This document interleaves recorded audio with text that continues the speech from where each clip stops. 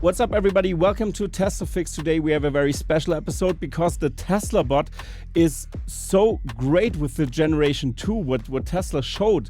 And the thing that I wanted to dive into now is, of course, the economics of the bot, because why the hell do we need actually a bot? How much could it save? Could it save labor costs? It's such a transitionary phase that we are in here with robotics and with Tesla trying to make a mass production robot actually. That's why I've invited somebody very special to talk to me about these kinds of topics, about the economics of the Tesla bot. Let's see who it is. So we have somebody very special here. Here's Cern. Everybody make some noise for him. He's a great guy here. He posted very interesting economic models or pricing models of the Tesla bot. So Cern, say hello to the audience and maybe you can tell something about you, your background, and then we can just start the episode, this amazing one, I would say. Yes, Jan, it's great to be with you. It's too bad that we couldn't be together in person, but we're on different continents, so that's the way it works these days. Absolutely. Something I guess interesting about me is I was born in New Zealand and grew up in Canada, and have now lived in the United States for a long time. And I have just become captivated by robots, and particularly the Tesla bot, and the economic potential of bots. It's really quite astounding. Yeah, absolutely. I mean, you've published many tweets on X. I'm going to link, of course, everything here as well. And I think the most interesting thing that people kind of overlook, because I've talked about the bot with Scott Walter many times already on my channel, and it's interesting to see the comments always. It's like, oh, can the Tesla bot do backflips? Look at Boston Dynamics, it's much more advanced. Yeah, it kind of isn't, because it's not for mass production in that sense. They have a small quantity of bots, of course. And for me, the most interesting thing about the Tesla bot is actually that it is there to be utilized pretty early on. And that's the biggest thing that I find very interesting. And also they need to gather data, of course, while working with the bot together to enhance the neural net, actually, the training, to get training data. So they need to deploy as many bots as they can, that the swarm of bots will learn. So so how's your view on the concept of Tesla doing that? Yeah, well, just real quick, the way I think about it is that the Tesla bot is kind of like a baby human, that initially out of the box, out of the womb, not particularly useful. It takes a while to train a human to become useful. Whereas a lot of the other robots from other robotic companies are great out of the box, but that's as good as they'll get unless you manually program them to do something different. Yes. So really two different things. They may look similar, but they're two totally different things. Yeah, absolutely. And you've brought some interesting slides also, because I think, how do you view the Tesla bot, the economics? Maybe you can dive a little bit into that topic. Why is this important? Why should we look into the pricing models already of this thing? And because, of course, I mean, the bot will replace labor at some point. Don't know how much at first, but how is your expectation from that sense? How useful is it already? Could you see it from the timeline down the road? How long will it take? What's your take on that? Yeah, this is a bit of a complicated topic, and we'll sort of go through sort of step by step. But the way I think about it is ultimately a humanoid robot that is powered by AI is only going to get better and better over time. So what we see today is the worst it's possibly ever going to be. So it's only going to improve. And over time, it'll become more capable. And over time, it will gobble up every single job that requires labor. Wow, that's a bold claim. I also hope that. I don't know the time frame with that, but over time, it will only become more and more capable. It sounds bold, but I think when you really think about it, it's actually pretty obvious that is what will happen over time. Now, again, this may happen decades from now, or it may be a lot sooner than we all think. So I think it's important to begin having conversations about this now, because it has massive implications for humanity, particularly on the economic side, and particularly income for people, taxes for government, and all the things that relate to that. So that's why I'm really focused on this now. Yeah, it makes absolutely sense. You have to think about these things before they happen, to kind of see how we as a society manage those new technologies and think about these things, because they're also very ethnic or no, not ethical aspects of that. Of course, will it replace every worker? What will happen then? Massive losses in the workplace of people, layoffs and stuff like this. So interesting things to look at. How do you see the stages the Tesla bot is in right now? I mean, we've seen a little bit the videos that we saw. The Gen 2 seems to be on a different level now. It's interesting to see how much. How do you see that? In which phase are we? Is the bot utilizable next week, or what's your loose estimate, you could say? Yeah, I think I rely on Scott Walter for his thoughts on all that. From my perspective, what I'm interested in seeing is how quickly the bot is able to learn. And I would like to see sort of at different points in time the bot's capabilities. And clearly, the form factor of the bot has improved dramatically over the last couple of years. It's very impressive how the bot looks. That ultimately what matters is the bot's ability to do certain tasks. The ability for the bot to do the work that somebody who's paid $7.50 an hour does, somebody who's paid $10 an hour, somebody who's paid, $15 an hour, 15 euros an hour. But over time, the bot's ability to be able to handle the work of those kinds of workers, how the bot progresses along that, I think, is really important. And that may give us some clue as to how quickly this transition will happen. Absolutely. I mean, in Germany, for example, we have this big issue of people not getting to the working environment as quick enough. We need skilled workers somewhere. Also, factory workers are also kind of rare to see, more or less. We still need more of those workers, and I think you can see that with the birth rates and everything. I mean, there is a decline in the society that people. I mean, in Germany, the average how much kids people get is 1.3 or something, or 1.2 per couple. So this is a huge decline there, and I think we can see more and more of that in the years to come. So we kind of need, one thing is immigration is one big thing that also our government pushes here, but I think also, with the bot, it could be a solution for some of those tasks that we see. Yeah, there are some really important things that we need to solve for as quickly as possible. And some of them include, right now, there's actually a shortage of labor in certain areas. So that's number one. So we're not even talking about displacing human workers anytime soon. True. The second thing is a real skills shortage as other people retire and filling those spots. There are a lot of people that just don't desire to perform the work that their parents or grandparents might have done, right? They're interested in other things. So we've got a skills shortage that we have to solve for. And then the third thing, which is probably even more important than the first two, is there are still a lot of jobs in today's world that are dirty and dangerous and frankly kill people over time. The obvious one is being a coal miner. Thankfully, the number of coal mining jobs is in decline. But there are lots of other jobs as well that do put humans at risk. And really, from a societal point of view, we probably should be working to try to eliminate those kinds of jobs as quickly as possible. Absolutely. I also see the bot, if you look at the grand scheme of things, it's almost just like the diameter of the boring tunnel machine that they use is pretty close to the rockets they shoot up into the air. And I think that's no coincidence. And I think drilling on Mars will be a topic. Deploying robots on Mars will be a topic. Maybe get a batch of robots there first, then build kind of infrastructure for the humans to arrive and stuff like this. So I mean, it's a little bit crazy and far-fetched, but still, it's so interesting to see, Elon, you could really see that Elon has these kind of plans also there. I mean, we can also utilize them at first on Earth, of course, we need to.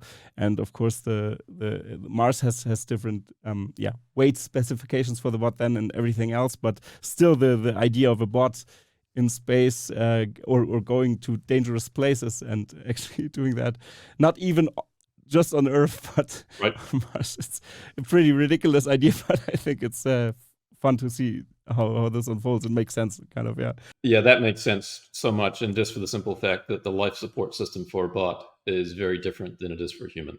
It's much easier to keep a bot, quote unquote, alive Mm, than it is to keep a human alive.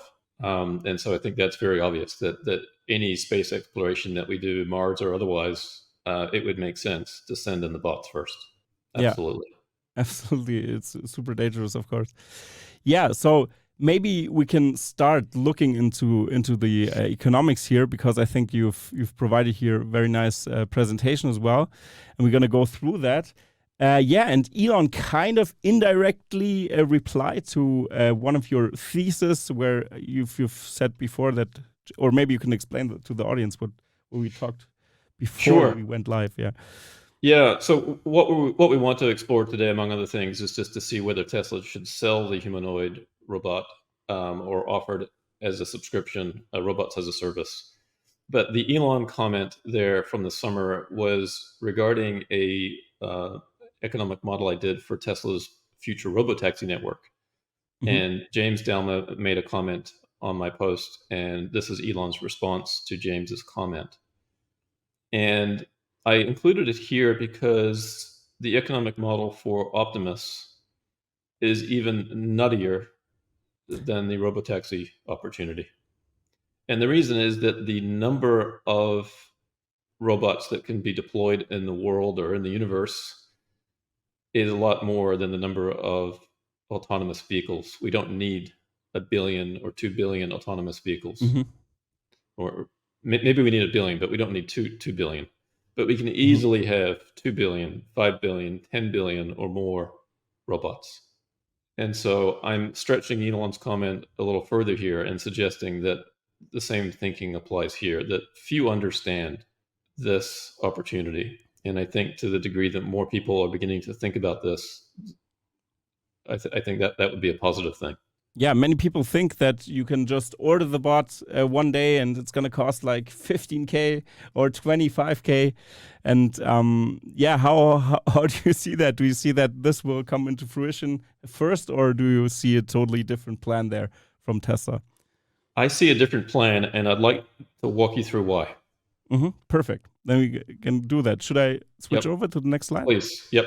So this is just a chart that shows for human labor, Hmm. whether it is in dollars or in euros, it's probably very similar, Yeah, it's yeah, kind of.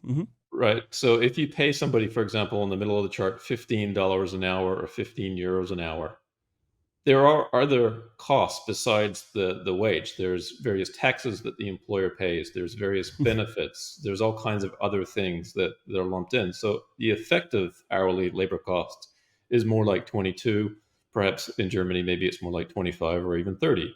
It's 30, of course, because the Yeah, employers here almost pay like 50% more on the wage, like social security and stuff like this. They also pay a part of that. The yeah, person who works has also to pay his part, but the majority is paid by the by the employer. Of course, yeah. that's yeah. So this is just background setting the stage. So for human labor, you've got the hourly cost, but the effective cost is much more. In the U.S., it's probably 35 to maybe 45% higher. Hmm. So on the next slide, I have calculated that the cost of operating a bot is quite low. And the way I've calculated this is, let's assume first that the bot can do the work of somebody who is paid a wage of $5 an hour.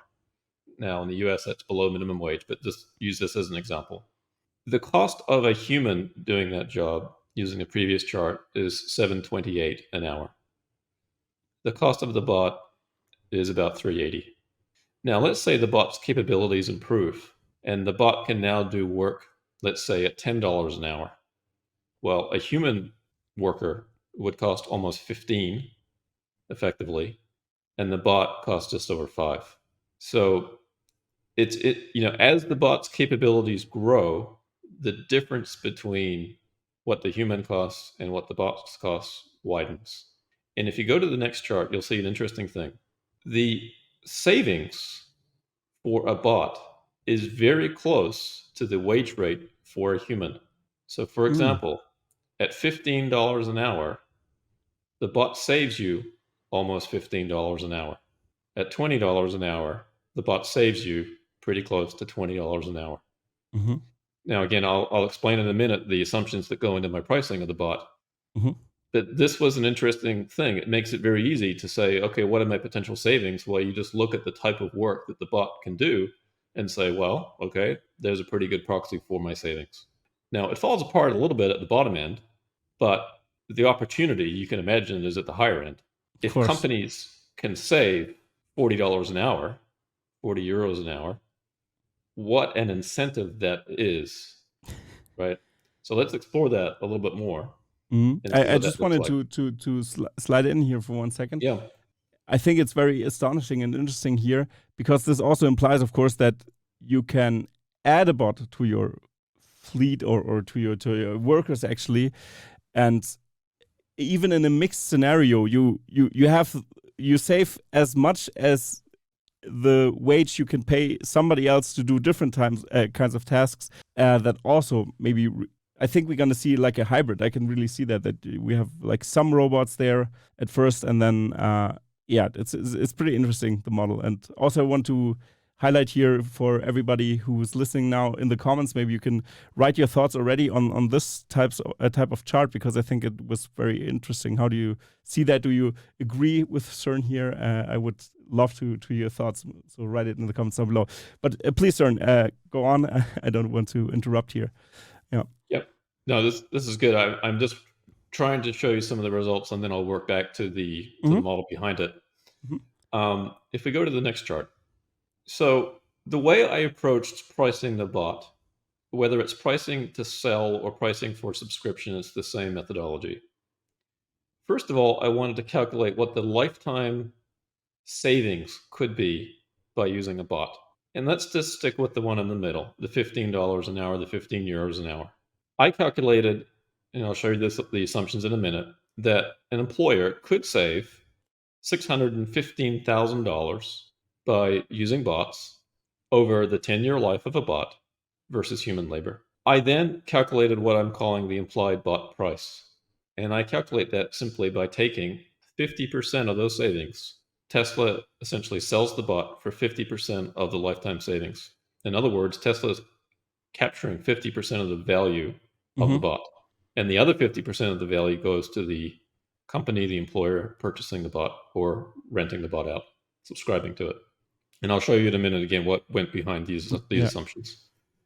But the amount of money here that we're looking at different wage rates, or think about different bot capabilities, the more capable the bot is, the larger the dollar savings is for a company using them. Over time, as bots become more capable, they also become more valuable. And this is partly why I don't actually think Tesla will sell bots, because a bot deployed tomorrow or 2 years from now will become more valuable 3 years from now. So With an why update, sell yeah, it? absolutely. Yeah, why sell it for 100,000 when the bot a year later could be worth 300,000? Right? That doesn't make a whole lot of sense. Yeah, it's interesting. It's kind of similar to the robo taxi actually, when or FSD, when FSD is really 100% working, that suddenly your car is becoming not a depreciating asset anymore, because then you can just, I mean, my car is parked right now. It could do taxi rides right now and earn money on the side. And also there, of course, Tesla will take its cut and being Uber, which is pretty crazy. Yeah. That's right. And if Tesla doesn't take enough of a cut, then you're giving the incentive for somebody else to try to add value. And so they might rent a bot from Tesla and then sub rent it out to somebody else. Yeah, that's true. Right. So if Tesla doesn't take enough, then you get some weird things potentially happening behind the scenes. Interesting. Yeah. If I am a company and I've got workers that I'm paying $20 an hour, and let's say your company, you have workers at $10 an hour, then the bot for you is only worth $205,000. But to me, the bot's worth $410,000. I'm willing to pay a lot more for that because it can save me a lot more money. So the marketplace is going to tell Tesla how to price this based on the capability and the usefulness of the bot. And again, a subscription model makes this a lot easier because you've got sort of real-time information about what the bot's worth at a given point in time. Yeah, also like a leasing, if they can always take the bot back, they can maintain the bot for you and stuff like this. There are a lot of advantages on the subscription model also. Yeah, I think That's right. interesting angle. Yeah. And we'll discuss some of the pros and cons of leasing versus buying in a minute. Hmm. If we go to the next slide, I just want to show you the highlights of what this means for Tesla. The bot price in orange becomes Tesla's revenue. So again, focusing on the middle one, $15 an hour. The bot price in that case was $307,000 for a bot. And I'm calculating, and I'll show you the model in a minute, that Tesla's net income on that is something like $215,000. Okay, so the Hmm. profitability of selling bots is enormous. If Tesla had to make a choice, they should stop selling cars and only sell bots. Now, of course, they're not in that place today. That's not an option. But the profitability potential of bots is enormous compared to the auto business. But of course, they have to move forward in time. This isn't an option that they can do today. But I just wanted to show you that the economic potential of this for Tesla and other bot makers, if they can pull this off, is absolutely enormous. Just simply based on capturing 50% of the present value of the labor savings. Okay, Absolutely crazy. Wow. and if you go to the next chart, you can see that in terms of profit margin. The blue bars are the same as the previous one, but the orange line shows you the net profit margin at different bot capabilities or different human labor wage rates, ranging from 60% to 73%. The potential of this business for profitability for Tesla and other bot makers is absolutely enormous. Hmm. And again, it's not based on some pie in the sky numbers. It's simply based on the potential for labor savings. Hmm. That's how the model generates these values. Yeah, it makes sense. It's a very simple way of thinking about this, not too complex, even for me to understand because I'm not in economics so strong. I'm from the design space, so math was never a great thing for me. But yeah, it's interesting to see how it. Of course, the cost savings of the labor costs. Yeah, it's totally like logical to view it from that angle and use that as a reference to model this thing. Yeah. And the next chart shows the same thing, but robots as a service. Hmm. And you can see the profitability profile is pretty much identical. There's a few other little wrinkles, but basically it's the same. So it really doesn't matter from an income statement point of view whether the bots are sold or offered as a subscription. But I think from an operational standpoint, offering a subscription makes more sense. Absolutely. Or Yeah. the bot could be sold for a relatively low amount of money, and then you subscribe. So it could be a combination of the two. If they sell the bot initially, then Tesla's recovering their capital cost and maybe making a small profit, and then the real money is made on the subscription afterwards. That's Hmm. certainly a viable alternative as well. Hmm. I want to jump in here for 1 second and think about a scenario where what also could be very interesting, and that's selling skills, almost like Alexa skills, like we've seen from the that standpoint. That, for example, I can imagine that when you have a very niche task, a very specific task that needs to be trained differently, and maybe you have like a premium software update where you have like here's a very niche trained model, almost like with ChatGPT, the open like the GPTs you can build yourself, that you have a very niche thing for the bot, and then Tesla can sell those as a skill kind of. If the bot needs to do this, then you can add that to the bot or something like this. I mean, the possibilities are endless, but They are. The way I think about that is any bot from the factory at the point that you buy it or that you subscribe to it is going to know all the skills that all the other bots know at that point in time. that's true. Hmm. And then let's Of course. say 6 months go down the road and you're making new bots, and those bots are more farther advanced.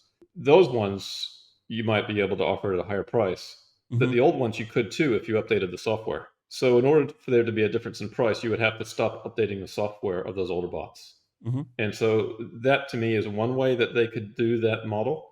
But I don't really see it as like an app store approach where you pick Yeah. certain skills. To me, the bot knows everything or it doesn't. Like it's kind of like humans that way. You either have Yeah. the skills or you don't. but I think Tesla would probably want to update the software as they went along, just like they do with the cars today. They're giving people a better product, even though you bought the car and it didn't have certain features. And now with a software update, it does. I would imagine with the bots that would be the case as well.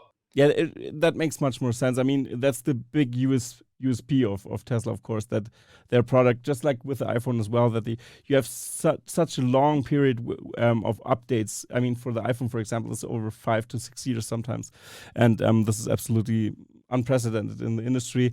And Tesla does it the same way. And I also think you're right with of course, when the neural net is trained or is training the bot, the AI, learning more and more about these things, and then the whole fleet, of course, of every bot can do this. Of course, yeah, makes very sense. Yeah. So in the next chart, if we just compare the two models, the selling the bots is the orange line, and the bots as a service is the blue. The difference really is in the early stages, the ramp, Tesla makes more money selling the bots, because when you offer it as a service, you don't get the value until the full 10-year period. So it takes longer for the bots as a service to ramp. And this is why maybe the hybrid approach makes more sense. They can recoup their capital cost up front and then enjoy the bots as a service. By selling the bots, however, they make themselves more vulnerable to any kind of economic event, pandemic. If they can't make bots for a period of time for any reason, you would have sales potentially drop. Whereas bots as a service, you might lose a few customers, and that's the little dip in the blue line. But for the most part, the bots are still operating and you're still making revenue. So that maybe is more appealing from a stability standpoint. And then ultimately, too, the bots as a service results in a little bit higher, longer-term profit. So that's just a quick way of comparing and contrasting the two models. Again, both can work and both are great. But personally, I do believe that bots as a service is a bit more attractive. Yeah, also from the software industry, we know that of course, subscriptions are always the way to go. That's why we have so many services also paid. We, as a customer, also pay so many subscriptions. And I think it makes sense because then it stabilizes just the companies, of course. And this makes sense here as well. But maybe you can go a little bit deeper here into the X and Y axis, what we see. You see on the X axis is the deployed bots, I assume, the number, yes, and then you have the... That's right. Starting out at 100,000 and going up to a couple of billion bots, what the potential profit looks like for Tesla using my model. So by selling bots, it might top out at $7 trillion a year in profit, and it feels so crazy to say a number like that in terms of profit, much less revenue. But again, just following the numbers through the model, and truthfully, too, this is not taking into account the impact of potential competition at some point when we've got that many bots in the world. But if it is true that the amount of bots that are possible in this world are greater than the human population, which I believe to be the case, not including space bots, then 2 billion bots in the world is not the upper end of this model, and 7 trillion then in revenue is not the upper end. Oh God. So ridiculous, crazy. Maybe that's Tesla's market share in a 10 billion bot world. Maybe they've got 2 billion of the 10. I don't know. The numbers, when you look at it in aggregate, are absolutely crazy. Absolutely. Yeah. If we go to the next page, it's kind of a more detailed list of the pros and cons, and we don't need to discuss each one of these. But for me, the biggest reason to use bots as a service is the stability of the revenue stream and the ability for Tesla to change prices as conditions warrant. Maybe they even work with some of their bigger customers and actually help them determine what their savings is and price the bot based on that. Maybe there'll be a way for them to actually monitor what the bot is doing and determine the pricing. So there's just all kinds of flexibility in the bots as a service model that you perhaps don't have if you're selling the robot. Now, one potential con, and personally, I would like to be able to buy a bot because I think initially it'll be relatively cheap, even if it's sold for $50,000. That's true. The ability to sell it later at a higher price as it becomes more capable. I would love to be able to build, a fleet of bots and operate them and make money off of them, but I just don't see Tesla doing that. Of course, when they have almost like the holy grail, I mean, why should they give it out if you see it like this? Yeah. If they give it away too cheaply, then they're going to create a black market for bots, essentially. A resellers market. Other people will capture the value that Tesla gave away. And if you're doing it as a service, then fine, they can charge it cheaply. They could offer the bot at $40 a day, effectively about $250 an hour. They could do that. and that would be great for humanity, but you're also going to make some companies a lot of money. And in that case, if you're an investor, you might want to be more interested, rather than owning Tesla stock, is owning the companies that Tesla is selling bots to, or offering the bots to at that price. That's true. Because they're giving them most of the economic value. Absolutely. Yeah. So as great as it is to talk about, how Tesla can do well for humanity, well, there are other people and companies in there trying to maximize the profit for themselves as well. That's true. Another nice benefit too of having robots as a service is you don't have to get a loan for a bot that might cost $100, $200, $300,000. Just pay for it as you go, which is what we do today for human labor. Most people don't get signing bonuses when they go to work. Some people do. If you're an athlete or a very talented person, you get a bit of a signing bonus perhaps, but not to the degree that we're talking about here. There's always pros and cons to different business models. Perhaps the most likely one is a bit of a hybrid, where they sell the bot initially for a certain amount of money and then offer it as a service. But I could just see them offering it as a service from the start.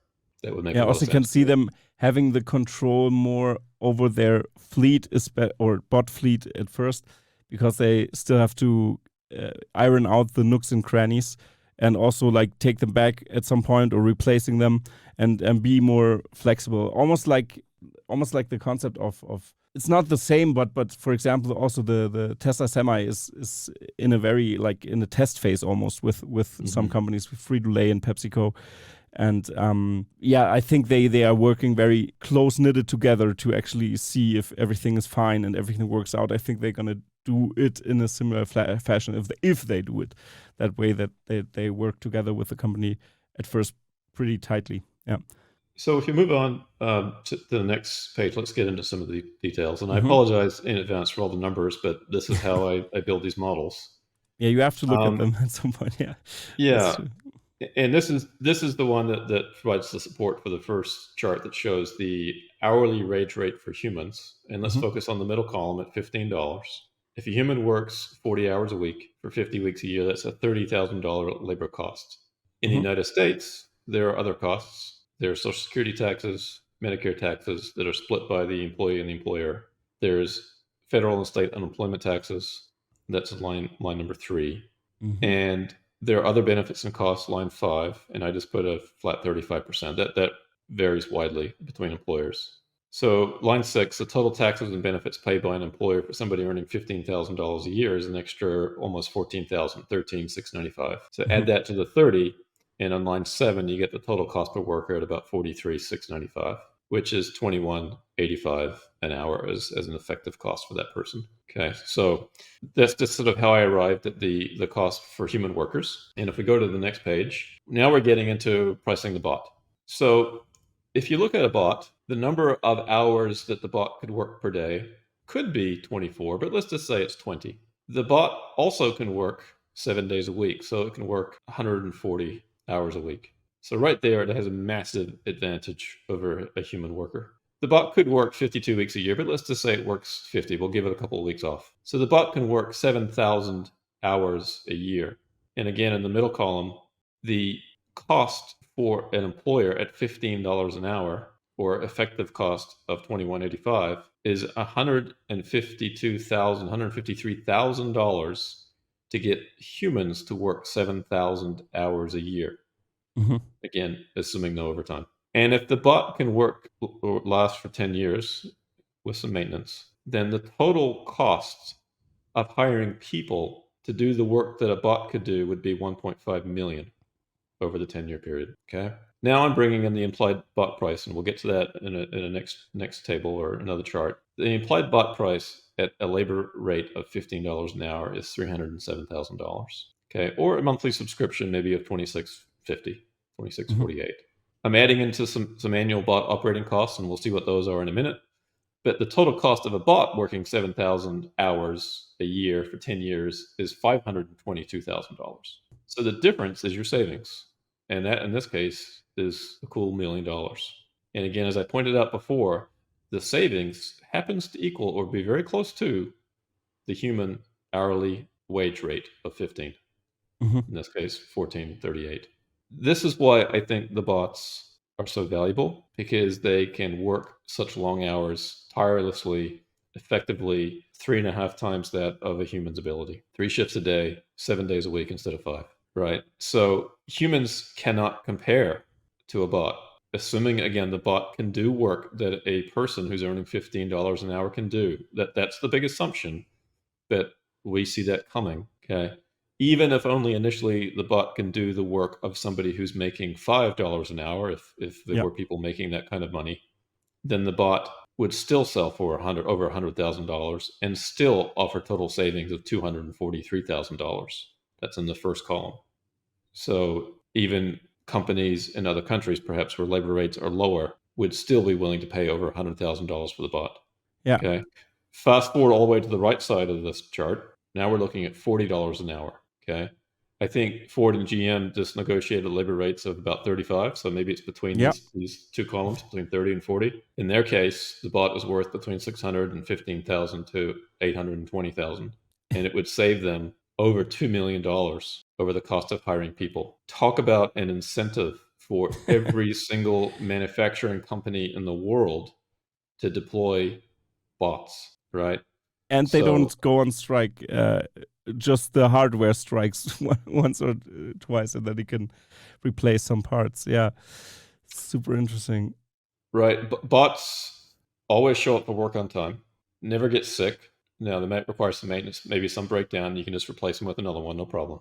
They don't steal from you, right? They won't complain about the working conditions. A lot less cost if they're harmed in some way. So there's a lot less risk to the employer. So Also, there's insurance is different. Yeah. so many good things going for them. Even if a company did not save any money by using bots, there still may be massive benefits to deploying bots in the workforce, right? But what I'm focused on Yeah. here is the potential savings, and the potential savings are so large. It is clear that this is going to be a massive tidal wave in the coming decades. Yeah. Right. Now, what it means for humanity and society, we can talk about in a minute. But just from an economic standpoint, this is staggering. Yeah, it makes absolutely sense. What I think is a little bit steep is the number of 20 hours per day, because I'm not sure how much juice the bot will have, how the charging rate would be. I mean, you can imagine a shift system where the bot is charged and the other one starts, and I don't know how fast these bots charge, but 4 hours could be in between, like, I don't know, 4 hours of labor, 1 hour of charging, something like this. Have you thought about this? I assume, but yeah. Yeah, What's your the battery thinking? pack in these bots is pretty small. I Mm-hmm. think originally it was 2.3 kilowatt, Mm-hmm. and now it might be something like 3. I assume 3 in this model. It's going to charge very quickly. The bot could Mm-hmm. probably charge while it's standing in a spot, Ah, yeah. and for a good portion of the work that the bot does, it's probably going to stand in one location. Yeah, with Um, wireless charging or something on a pad or something like this. Yeah. sure, Through charge the through its feet. feet or something. Yep, Yeah. Yeah. yep. Interesting. Yeah. Okay. Some people have also suggested that when the bot needs new juice, it could just swap out its battery pack. Ah. That's a possibility too. The Yeah. battery packs would be small enough that that's a doable thing. So I don't think that that's necessarily the Mm-hmm. constraint. And the way this model works is even if you don't have a use for the bot for 20 hours a day, somebody out there does, and somebody out there would be willing to pay for a bot that can generate these savings. And so that's how That's the bot's going to be priced. And for all the people that say, well, I'm not going to pay $100,000 for a bot. Well, fine, you're not, because somebody else out there will, yeah. right?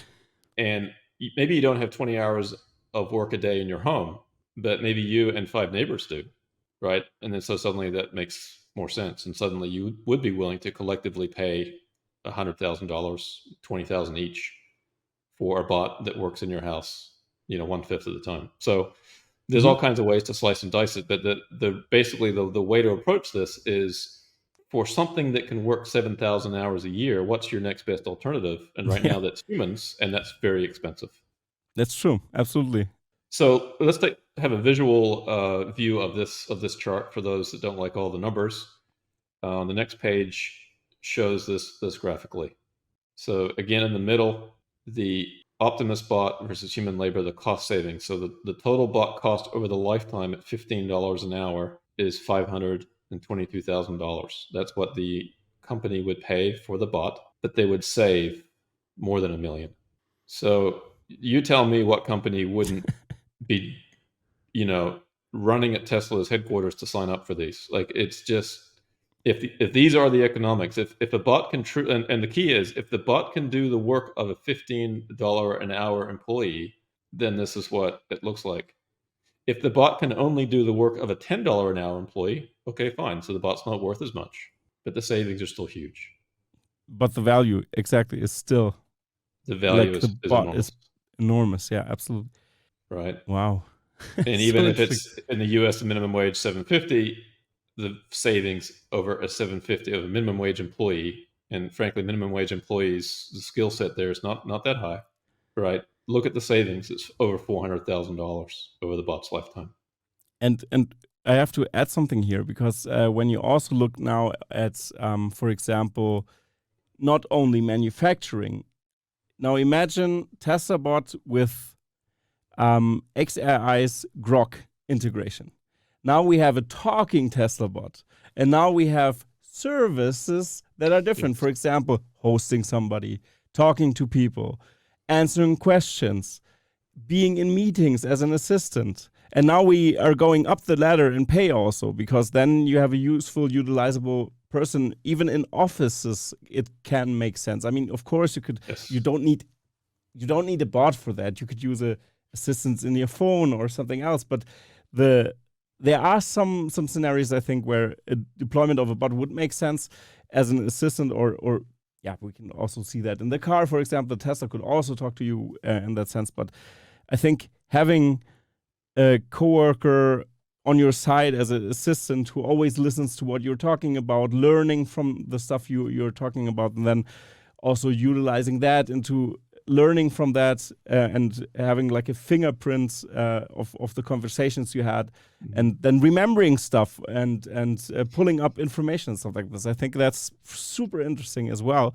And now we're talking about higher labor, or like it replaces an assistant who's get paid even more depending on the person who he works for. So yeah, and super interesting. Yeah, I agree with Yeah. you. And what you're talking about there is really the bots as a computing platform.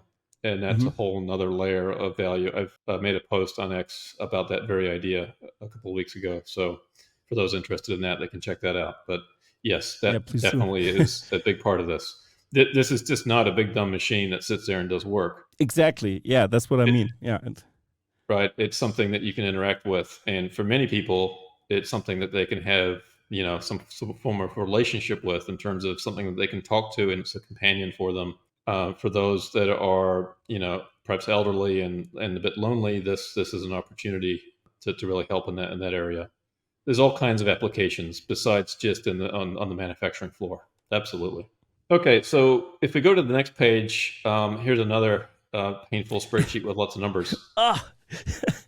But this is how I actually calculate the implied bot price, as well as the what it looks like for the bot owner if they were to buy it. Again, let's focus on the middle column, the $15 an hour wage rate.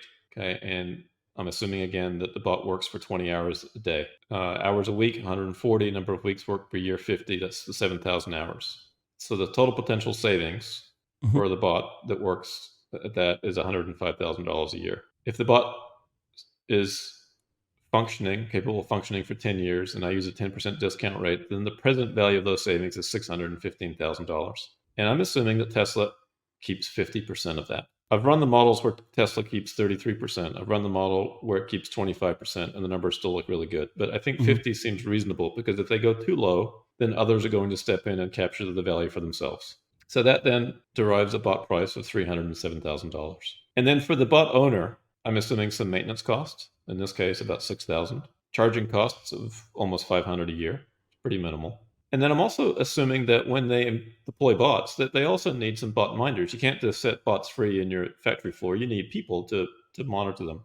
And I'm assuming that one person earning $50 an hour can handle 15 bots. So the cost per bot then is close to $10,000 a year for that person to be a bot minder. So this is a new job that's never existed before at $50 an hour, which is higher than any wage rate I'm showing on this table, including benefits and everything is all included in here. I'm including some costs of bot insurance. I don't know what that would be, $100 a month per bot. And then I'm also including some other costs like protective equipment. Maybe the bot needs some protective equipment depending on the job it's doing, gloves, footwear. maybe even specialized tools. And I think there'll be a whole new industry that's created for Yeah, specialized tools for bots, right? If you think of all the companies that make tools for humans, then if bots are going to take over labor, then we're going to have specialized tools for bots. absolutely. Yeah. You're going to have specialized clothing. You're going to have Nikes for bots. You're going to have fashion for bots. Like this, the Yeah. opportunities are enormous, right? So when we talk I'm the about jobs first one lost, designing stuff for bots. yes, yeah. So this is actually a massive opportunity for designers in the coming decade. So for the bot buyer, the bot owner, other costs of $15,000 a year, and so your operating costs of about $21,000, and your potential savings is about $83,000 a year per bot employed, and your payback period is only 3.7 years, which is pretty good. In the worst case on this table, if you go all the way to the left, $5 an hour, the payback period is 5.5 years, which is still pretty reasonable on a $100,000 investment. So Yeah. this is how I derive the implied bot price. The next page shows, if we stick with the $5 an hour one, this shows the worst case scenario. If you pay $102,000 for the bot, mapping out the savings over 10 years, your internal rate of return is 12.7%, and the payback period is 5.5 years. So pretty attractive, even at the lower end of the pay scale. I think a lot of companies would be interested in these kinds of economics. And again, not much of a stretch to say a bot could perform tasks that somebody who earns $5 an hour does. Absolutely. Yeah. Again, depending on the country, but just in general. Now let's move forward and look at what it looks like for Tesla. So in the middle of the screen again, the $15 an hour example, Tesla sells the bot for $307,000. I'm assuming that at scale, the cost of the bot is about $10,000. Now today, obviously, it's far higher than that. But if it costs Tesla, $30-some thousand to make a vehicle, the bot weighs about 1/30th of a vehicle. It's not a stretch, excuse me, to assume that the bot will only cost about $10,000 at some point. Some people think it's a little higher. Some people think it's a little lower. I think 10,000 is reasonable once Tesla is making, millions and millions of these things. So the gross profit is off the charts high, between 90 and 99%. And then I'm throwing an equal amount in there for SG&A and R&D costs, income taxes. So you get a net profit margin that's astronomical. Okay, maybe I'm wrong. Maybe these costs are double. It doesn't matter. It's still off the charts attractive for Tesla. Absolutely. I mean, yeah. I mean, replacing labor is, you gotta have some value at least, and you can spin this, be very conservative with the model or pretty loose with the model. But overall, it is a huge cost saving and a huge revenue generator, of course. Yeah. That's right. So the next chart, which we've already seen, is how it looks from a net margin and net income perspective for Tesla. Let's look at this, what it might look like at scale. So the next page, if Tesla sells 1 million bots, that's 137 billion in net income. Jesus Christ. Right? Yeah. In the $15 pricing scenario. Mm-hmm. Okay, let's back down the chart to the $5 one. Yeah. It's 36 billion. Okay. At 10 million bots, that's 360 billion. At 1 billion bots, that's 3.6 trillion. Yeah. Yeah. Right. It's nutty. Yeah. Wow. Now, let's talk about a problem. If we go to the next chart, here is where I think we run into some problems. That Tesla's net income in any of these scenarios is crazy attractive, and as Tesla shareholders, everybody's excited about that. That's great. And they should be. But the tax receipts that the government earns, it's decent. But the problem is that you are essentially, with one bot, potentially replacing 3.5 workers.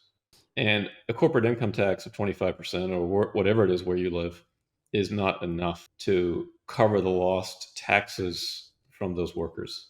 Not to mention the potential in lost wages. Although I think lost wages, that we're a long way from that. There's a lot of jobs that bots can do where we're not going to be losing any wages or losing taxes. So this is a problem down the road when bots do start to displace people from work, which again, as I said at the outset, I think is inevitable at some point. But we need to start talking about this now. And so what I want to do is show you on the next table. This is my bots model using a subscription service. And here I'm adding in what I call robot tax. This is for the bot subscriber, their economics. It's very similar to the one that we saw for the bot owner, but I'm using a monthly price. Otherwise, everything's pretty much the same. If you go to the next page, this is what it looks like for Tesla. Again, the same model. The only difference here is I'm throwing in a robot tax. And the robot tax is a percentage of the bot revenue. So if Tesla has monthly revenue for the bot of a certain amount, but the annual revenue in this case of the $15 an hour is $32,000, then the robot tax, 33% of that is something just over $10,000. You add that tax to the corporate income tax, and you start to get some really interesting tax receipt numbers.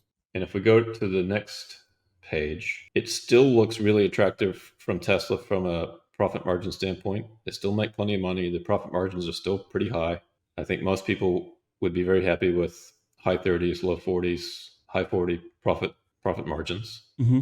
And then if we go to the next page, at scale, if Tesla has deployed 10 million bots at $15 an hour pricing, that's 65 billion in net income, right? So even with a huge robot tax embedded in there, this is still very attractive for Tesla.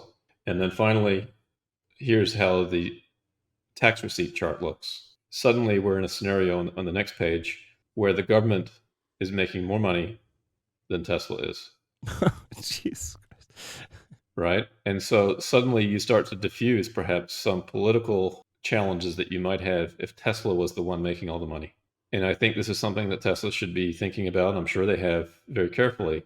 You want there to be a win-win-win situation, a win for the shareholders of Tesla, a win for Tesla's customers, and a win for everybody else. Yeah, and then UBI is more and more inside with when the government receives so much money off the bots, or more likely, you could say that. I mean, UBI is a topic on its own, if it makes sense, if just the prices will be raised afterwards, because when corporations or companies know people have more money in their pocket, they're gonna figure out ways how to get into those pockets. So, yeah, that's a whole discussion on its own, but interesting scenario, at least, that when the government, of course, takes so much tax or receives so much funding from the bot, and it's highly attractive for them as well. Yeah, there's a couple of challenges, obviously, with this. Is governments around the world are in competitive positions too with each other. So if the robot tax in one jurisdiction is only 25% and it's 33% in the United States, then suddenly maybe robot development goes somewhere else. That's true. So again, there's competitive forces at work here too. And if the robot tax in China is 0 and it's 40% in the United States and Germany, then suddenly we might have a problem. So, again, don't get too worried about, what this might be. I'm just sort of showing conceptually that this might not be a bad thing for society and for Tesla and everybody else if this happens. Again, I don't know. It's not on the books right now. No one's even talking about it other than us. Yeah. But when we get to the point, not if, but when people are being displaced by bots and they start losing their jobs, there needs to be considerable source of money to help them. Now, they will benefit in the sense that the cost of things will come down. That's great. But if you have no income, then I don't care what the price of anything is. You still can't afford it. So there does need to be some form of income flowing to those folks that do get displaced, that perhaps are unable to find work for whatever reason. Now, maybe a good portion of the money needs to be spent on retraining people, and initially that'll be great. To maybe Tesla bot fleet operators or something like this, like you mentioned before. Sure. Yeah, something like this. Or yeah, one thing I want to add here, something fun. I mean, it's more a ridiculous idea, but maybe you get a percentage of when you get replaced by a bot, you get a percentage of the revenue the Tesla bot generates because you lost your job, so as a compensation or something, or a paid leave almost but financed by the bot itself or something like this. I mean, crazy ideas, but you can go really nutty with this model, of course. But I think it's very fun to think about these kind of scenarios. Yeah. If you get made redundant by a bot, then maybe there's a Tesla bot pension or something that comes yes, yeah, that's what I mean. Like, okay, you got to replace. Yeah. Oh, you're replaced by a bot. Now he pays your, I don't know, tuition or something else, and retraining, like you said. Interesting concepts there. Or I think it's gonna flow through the government before that, but that's how I assume it. But And knowing during the governments. 4 hours that the bot is not working, you can go to the factory and you can talk to the bot and you can have a conversation Yeah, with the bot. So yeah, you can ask them what the working yeah. working conditions are like in the factory and so on. Yep.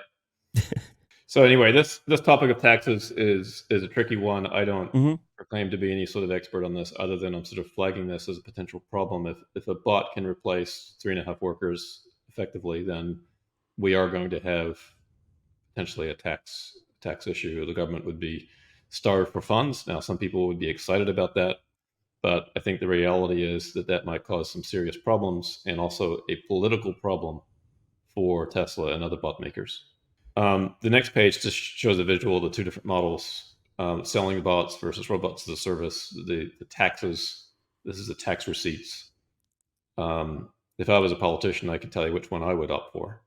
Yeah. And of course, it's not totally in their control. It's a competitive environment. Tax jurisdictions will compete with each other and so on. So we do want to be careful not to stifle innovation and all that. But ultimately, when you've got 2 billion bots in the world, we're going to need to figure out some other ways of generating some income. Hmm. Here's another table. This compares from a tax perspective on a per person basis. And again, I apologize for all the numbers. If we look at the middle, $15 an hour. Hmm. The total taxes paid on the green line for human labor at $15 an hour is $25,000 a year. Works out to about 24% of the wage compensation. Again, this is looking at, though, if you had to use human workers to work the same number of hours that a bot works. So we're looking at the 7,000 hours a year. Okay. So I'm comparing sort of apples to apples, the cost of a Yeah. bot versus the cost of humans and the tax impact of that. In the middle, bot labor, it will Hmm. cost you in taxes, the taxes paid by Tesla just on bot sales. This is without a robot tax. On the profits is $4,500. And then I'm assuming that the employer, because their profits went up, I'm taking half of that and I'm saying they're going to pay more in taxes. So the employer now is the bot owner, the manufacturing company is paying more in tax. So there's some benefit there too. I'm assuming that they pass on half of their savings to customers, et cetera. In that case, if you paid human labor, you'd pay $25,000 in taxes, but by using bots, you're only paying now 18, 19. So Hmm. the government's losing about $6,500 of revenue in this example. The third one down is the robot tax. Same analysis, but I'm throwing the 33% robot tax in there. In that case, you get to something that's pretty equivalent to the human labor. You're actually paying a little bit more in tax. And the lower end, you're paying quite a bit more because with human labor, you end up paying very little tax at low labor rates and paying more as rates go up. So you can see that play out here. Actually, at the $40 an hour, you still pay less Hmm. than if you paid workers to work those 7,000 hours. All this to say, we've got some complications to figure out at the government level, at the country level, to figure out how we're going to replace tax revenue, where it's going to come from. I don't know whether the robot tax is the answer, but I'm throwing it out there as one idea that potentially could generate some much needed revenue. I hope no politicians use this right now. But yeah, it makes Well, sense. I think, yeah, well, at some point, yeah, of course, you have to look into it. And regulators, of course, are especially from like socialist parties here, also in Germany, for example, they're going to be very, very careful with this kind of topic and also look into this because it has to benefit the worker more than it. I mean, like all the people losing jobs and no compensation whatsoever wouldn't work. Also for the society, would just will collapse, and this wouldn't make sense. So there has to be like a totally look deeply into this and from every angle. That's why I think those tax topics are also super important, of course, how the government will handle this, because that's also the factor how they're going to regulate this segment as well. And of course, they're going to start to regulate that pretty fast if they see that robots will replace more and more workers, and they don't want to have low employment rates, of course. yeah, the interesting thing is, Jan, is that no one really has a choice Yeah. in this. Is that if these bots are capable of doing the work at these different labor rates, somebody somewhere in the world is going to use them. That's true.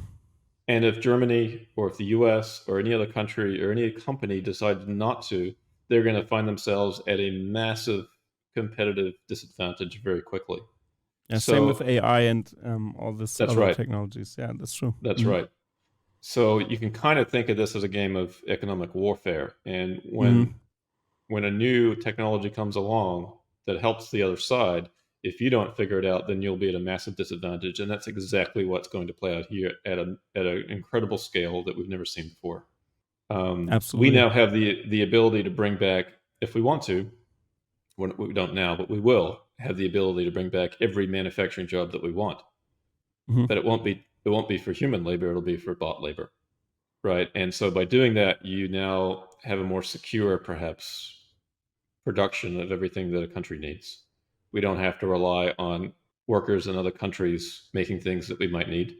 Again, this is something that'll play out long term, but in theory, we could reshore every job that we want to with bot labor. So the security impact of that is huge. The geopolitical forces at work there, I think, maybe change the nature of things too. So there's a lot of things going on here that are really separate from, you know, just the commercial situation. Yeah, absolutely. Um, Mm. right. If governments need certain materials and certain products, then why not make them at home with bot labor and have that as a more secure supply chain? Yeah, absolutely.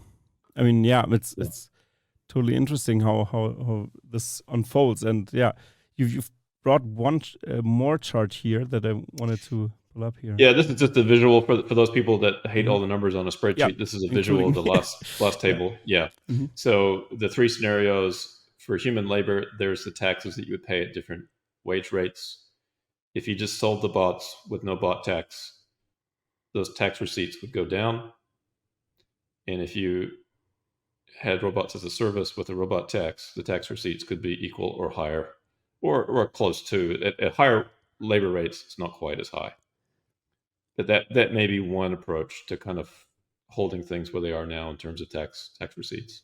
Yeah, and what I found very interesting here in those this chart also, it also show or doesn't what it doesn't show actually is um the tax is generated by producing more stuff. The tax Mhm. is generated for, I mean, that's not even calculated in more or less. I mean, you've calculated in a little bit from the stance that the company that utilizes the bot, how much tax they're going to pay as well, and not just Tesla. And I mean, yeah, and if costs go down with goods, then people have more money in the pocket or consume more or whatever. It depends how it will unfold. But those synergies that are happening behind all of this bot deployment, or do they even start to replace labor at first? Do they have just bots additionally to grow the company actually and just grow the company faster? Like with AI, for example, AI tools also enhance the productivity of a company with the amount of workers they already deployed. So interesting stuff here. Actually, yeah.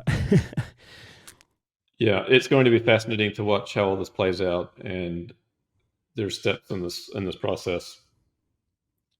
The key thing is the bot's capability. Can they do $5 an hour work, 750, 10, 15, and on up? That's when the economics kicks in, and that's when companies are going to be knocking on Tesla's door saying, "Make these for us now. Yeah.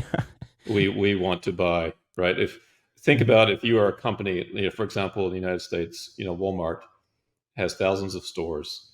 The stores need to be restocked every night. Yeah.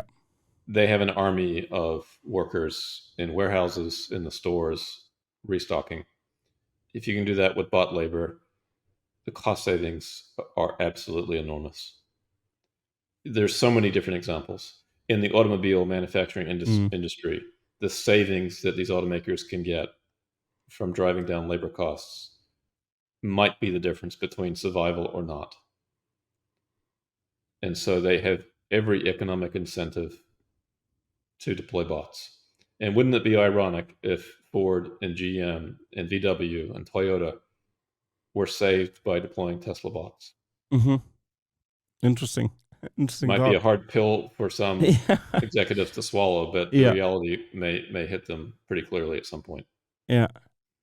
And what I also found interesting, like from the perspective of $5 wage, this is already prevalent in the EU, for example, for those bigger, like Walmarts, those bigger players, those big houses those big, grocery chains actually in Europe we have. I mean, you also have Aldi in the US, for example, and those kinds of Yes. discounters that, I mean, we're like Germany actually is one of the kings in that. It's kind of horrible. Also France, they have those supermarchés, those supermarkets as well, and people get paid €5 an hour, even below minimum wage, and they use tricks to turn that around with not that like with contract workers and stuff like this, and they, I mean, just to lower costs and of course get higher gains and stuff like this. So I think it's more human actually to use a bot for those kinds of labor because the conditions are so bad. And I think there are better ways to utilize those humans and those people, maybe having a better job or being trained. Maybe it's an incentive for them to have more fleet operators of the bots, for example, that they maybe train those kinds of workers than just squeezing them out. I mean, it's super inhumane in some areas, and some jobs are too hard actually, and most of them quit anyways after a few months because they can't deal with it anymore. And yeah, there are some jobs that are good to be replaced actually. Yeah, it's interesting. When I think about it, if AI powered bots at the limit or ultimately become so useful and so capable that they can do any labor from the 5 to the 40 to the $100 plus an hour work. There's on some level, there's a lot of jobs certainly we can all look at today that no one wants to do. Mm-hmm. And there's already jobs from the past. Back in the day when we had horses on the streets, someone had to pick up the manure. I don't know if anybody is complaining about the lost jobs of those people that picked up the manure. And there's example after example. Today, it's probably the coal miners who is really bemoaning the fact that we don't need coal miners as much anymore. Mm-hmm. It's a very unhealthy, dangerous job that basically killed those people.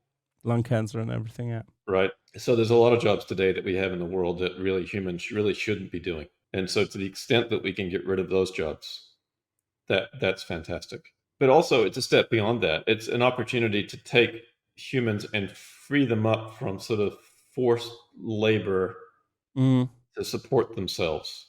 Now, maybe not everybody can be in a line of work doing something that they really want to do. That would be great if we could ever get to that spot. But certainly with robots, it creates the potential for that. Now, with this bigger issues of okay, what are people going to do if robots can do everything that a human laborer can do at any wage scale?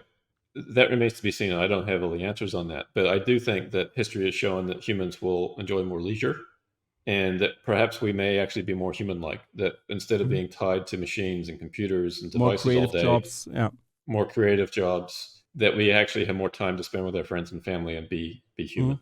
And that's exciting. Yeah. The challenge is a lot of people define their existence by their work, right? And so for those people, that potentially could be a challenge because AI is not just coming for labor jobs; it's coming for all work ultimately. That's beyond the scope of today's discussion, but there's some bigger things to think about. Yeah, absolutely. And if you look at the Maslow pyramids of of needs, I think it's called, and you also have like shelter and the basics. And if this step is achieved, then you can move up the ladder to self-fulfillment or I mean, if you want to study something or go into the education sector, you have to be kind of secured. On the other hand, if you are thinking about surviving all the time, I don't think you will be able to sit around and learn your stuff. I think you have to just keep on working, and then you don't have time actually to educate yourself anymore. So survival is the bigger thing. And I think also with the bot and also with the taxes is a pretty interesting scenario where you say, okay, what happens when a bot replaces a worker? Does the robot kind of pay for the education indirectly, more or less, for the worker to get him on another level? Do we need UBI, for example? I mean, Elon Musk spoke openly about that we need UBI and universal basic income. And I know that, of course, we see that in Germany as well. People sometimes are very comfortable with our social system and also lay down and don't do things. They are not really happy, but it happens more times than you think. And of course, there could be issues, but this is also a big topic to discuss. I think maybe in the comments down below, maybe you can write also your ideas about this, how we can solve this, what are the biggest dangers of this transitionary phase we have. And do you also agree with Cern here? Does that make sense? Does this model make sense? For me, at least, I think it's a very interesting model. I think you've took interesting stuff into consideration as well, and also with the simple calculation of labor costs and replacing the labor cost. I mean, it's pretty simple baseline, and it makes totally sense, of course, because it's gonna replace work. And of course, if even a $5 per hour worker is replaced, it's already like a huge revenue stream still for Tesla. So you heard it here first. They're gonna make billions out of the bots, and it's astonishing how Tesla can see that. How do you view that as well? It's interesting because if you thought of a human replacing you that could do 3.5 times the output that you can do, then it would be a no-brainer for your employer to hire that human. Yeah. That's what we're talking about, right? And in this case, it's a device that can work 7 days a week, 20 some hours a day, maybe 23.5 hours a day, who knows. That's what's coming, and that's why it's so exciting, and it's also why it's kind of scary. It's both. It's two sides of the same coin. Absolutely. Yeah, the same with AI is also the concern that what happens with when we play around with this kind of maybe a conscious at some point and stuff like this. So a lot of dangers there as well, because if an AI can program itself, I mean, depending on the objectives this AI has, of course, you have to be very careful, because this thing can just, I mean, ChatGPT could write malware at first, and then they blocked most of the things, but it still can be tricked and stuff like this. It's ridiculous that it can code, and that's super, right. I mean, that's crazy. It can recode itself almost, depending on the kind of security measurements, and it's like a Pandora's box. Those kind of technologies, and I would also include the bot there a little bit. I mean, it's a little bit different, but still, it's interesting what the future is unfolding. So, one last question for you, Cern, here is how do you see the future? Are you looking at this happily or super concerned? What's your view on this, or just neutral in that sense? Yeah, that's a good question, and I think that I've gone through kind of a range of emotions as I've worked through this issue. And it reminds me of something that Elon said. I'm not sure when he said this, but when he was thinking about artificial general intelligence. Yeah. And I think he said something along the lines of, initially he was absolutely freaked out by the potential for it, but then basically came to the conclusion that he wouldn't want to live in any other time because this is still so exciting. And even though AGI has the potential to destroy humanity if done wrong, that this is still a great time to be living, an exciting time to live. And I think I share that view. I think this is very exciting. Just back to bots could help a lot of people stop doing work that they really don't want to be doing. Yeah. That is unsafe, that's making them sick, that ultimately will kill them. That to me seems like a technology that's worthwhile. But like any technology, there are potential downsides, and I see some of them, they scare me. But at the same time, this is the reality that we live in. If this is going to happen, it is happening now. The development will continue whether we want it to or not. It's not something that anybody can stop, frankly, because if Tesla doesn't do it, somebody else is. Absolutely. And I think Elon's view is, well, it might as well be us, because we have the capability, and maybe we can affect change in the world that's positive, or perhaps less negative than it might possibly be.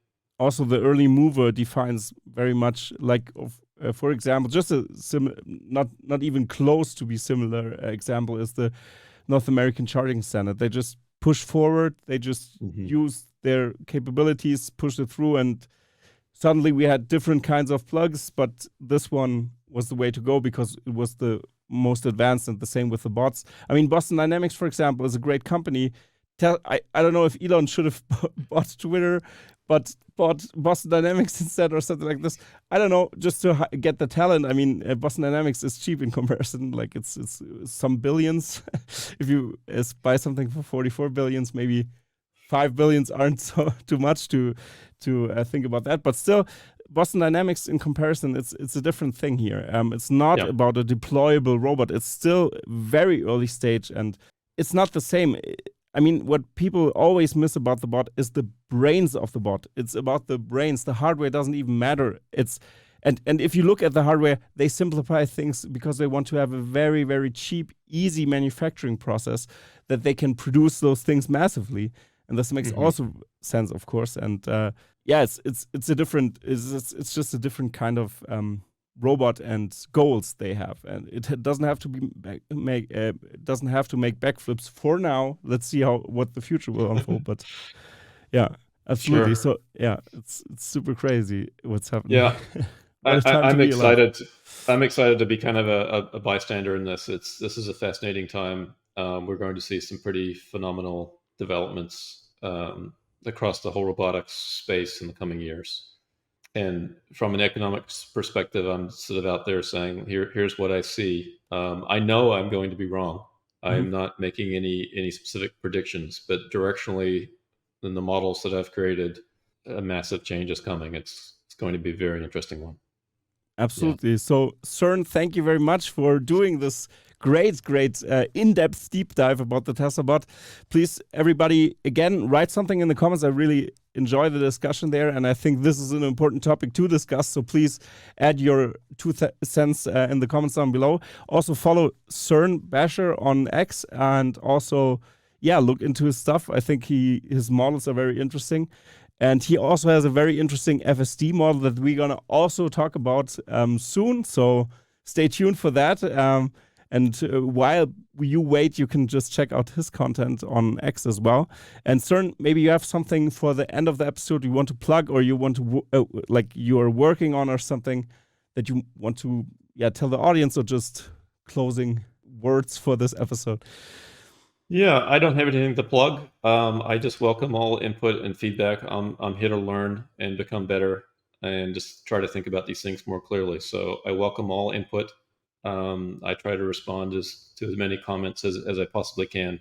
So I appreciate that. All right, perfect. So I think there's only one last thing to say now for the episode, and that's, of course, goodbye, everybody. Goodbye. Thanks, Jan. Wasn't this episode awesome? Let's accelerate the pace of innovation by subscribing to Tesla Fix. It is my absolute favorite channel on the whole interwebs.